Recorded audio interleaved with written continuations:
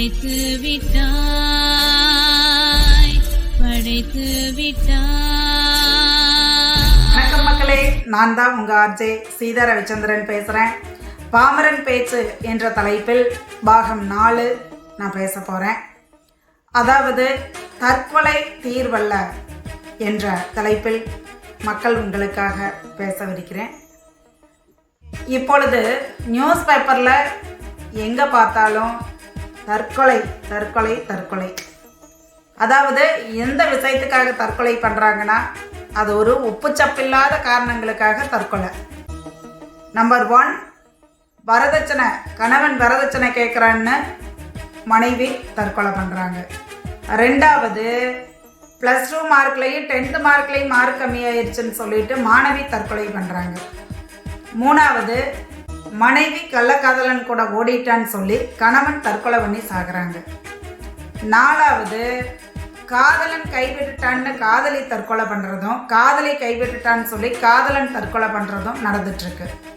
5வது, அதாவது பேராசைப்பட்டு கடன் வாங்கிறது, அந்த கடனை கட்ட முடியாமல் தான் சாகிறது மட்டுமல்லாமல் தன்னுடைய குடும்பத்தையே அழைச்சிட்டு தற்கொலை பண்ணி சாகிறது. இப்படி பல வகையை தற்கொலை பண்ணி இறந்துட்டுருக்காங்க. அதாவது ஒரு பிரச்சனைக்கு தற்கொலை தான் முடிவாகுமா? கொஞ்சம் யோசனை பண்ணி பார்த்தா தற்கொலை பண்ணுறது மிகப்பெரிய பாவம். அதாவது இறைவன் நமக்கு ஒரு உயிரை கொடுத்துருக்காரு, அந்த உயிரை நம்மளுக்கு எடுக்கிறதுக்கு எந்த விதமான ரைட்ஸும் இல்லை. அவர் படைத்த உயிரை அவர் தான், அதாவது தன்னிச்சையாக தான் போகணுமே ஒழிஞ்சு நம்ம உயிரை வலுக்கட்டாயமாக கொள்றதுக்கு கடவுளே அனுமதி கொடுக்கல, கடவுளே மன்னிக்க மாட்டார். அது ஒரு மிகப்பெரிய பாவச் செயல். தன்னுடைய உயிரை தான் கொள்றதும் பாவச் செயல் தான். பிற உயிரை கொண்டா மட்டும் பாவம் பிடிக்காது, தன்னுடைய பாவம் பிடிக்கும்னு இல்லை, தன்னுடைய உயிரை கொண்டாலும் அது ஒரு பாவச் செயல் தான். அதாவது ஒரு மனுஷன் வாழ்ந்துதான் காட்டணுமே ஒழிஞ்சு கோழைத்தனமாக சாகிறது எந்த ஒரு பிரச்சனைக்கு முடிவும் அல்ல. அந்த உயிருக்கு அது ஒரு மரியாதையும் கிடையாது. +2 மார்க்கில் 10th மார்க்கில் நீ மார்க் கம்மியாயிடுச்சுன்னா நல்லா படித்து மார்க் எடுத்து மறுபடியும் 1 வருஷம் போனால் என்ன, மறுபடியும் அடுத்த வருஷம் படித்தா அதே மார்க்கை திரும்ப எடு, மறுபடியும் நல்லா படித்து முன்னேறு. நீ அதாவது அந்த இறந்த பொண்ணோ பையனோ நாளைக்கு ஒரு பெரிய அப்துல் கலாமாகவோ, ஒரு எம்ஜிஆர் ஐயா மாதிரியோ, ஒரு மதர் தெரசா மாதிரியோ, ஒரு இரும்பு பெண்மணி ஜெயலலிதா அம்மா மாதிரியோ வரக்கூடிய வாய்ப்புகள் நிறைய இருக்குது. ஏன் வலுக்கட்டாயமாக உயிரை மாச்சுக்கிறீங்க? நீங்கள்லாம் வருங்கால தூண்கள். அதாவது ஒரு இளைஞனோ இளைஞியோ நாளைக்கு வருங்கால தூண்கள். நீங்கள்லாம் எதுக்காக உங்கள் உயிரை மாச்சிட்டு போகிறீங்க?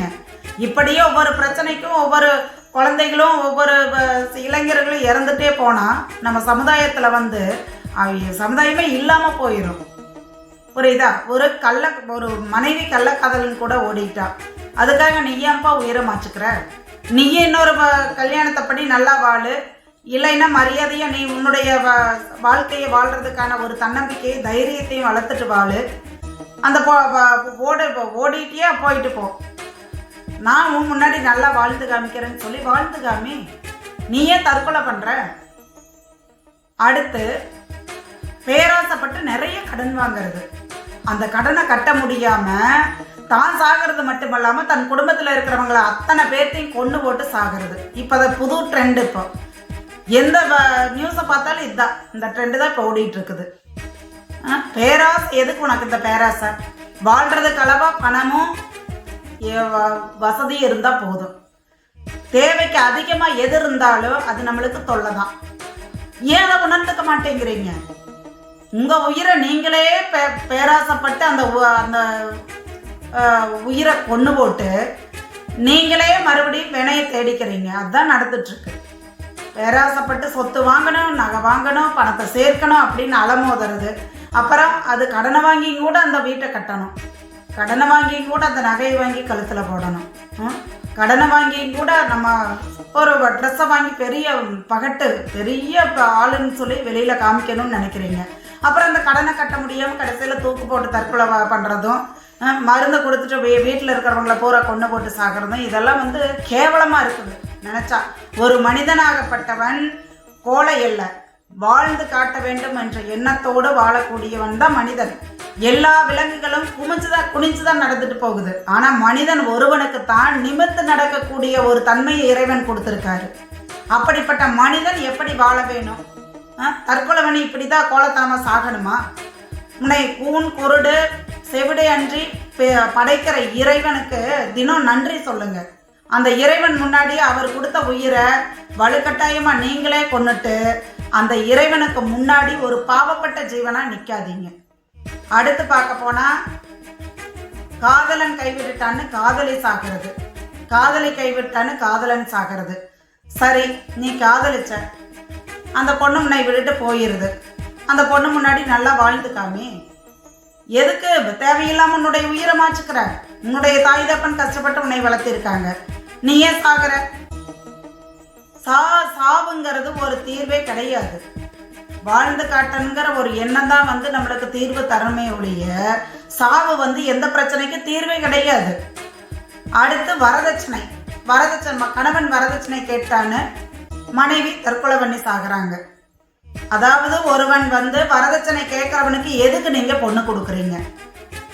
நல்லா விசாரிச்சு தீர ஆராய்ந்து பார்த்து தான் ஒரு பொண்ணை கொடுக்கணும். ஏன்னா ஆடா மாடா சந்தையில விற்கிறதுக்கு ஒரு மனுஷிய வளர்த்தி ஒரு பிள்ளைய வளர்த்தி படிக்க வச்சு அந்த பொண்ணை ஆளாக்கி இன்னொருத்தனுக்கு கொடுக்குறப்ப அந்த பையன் நல்லவனா கெட்டவனா ஆராய்ச்சி பண்ணி இலவா கொடுக்கணும்.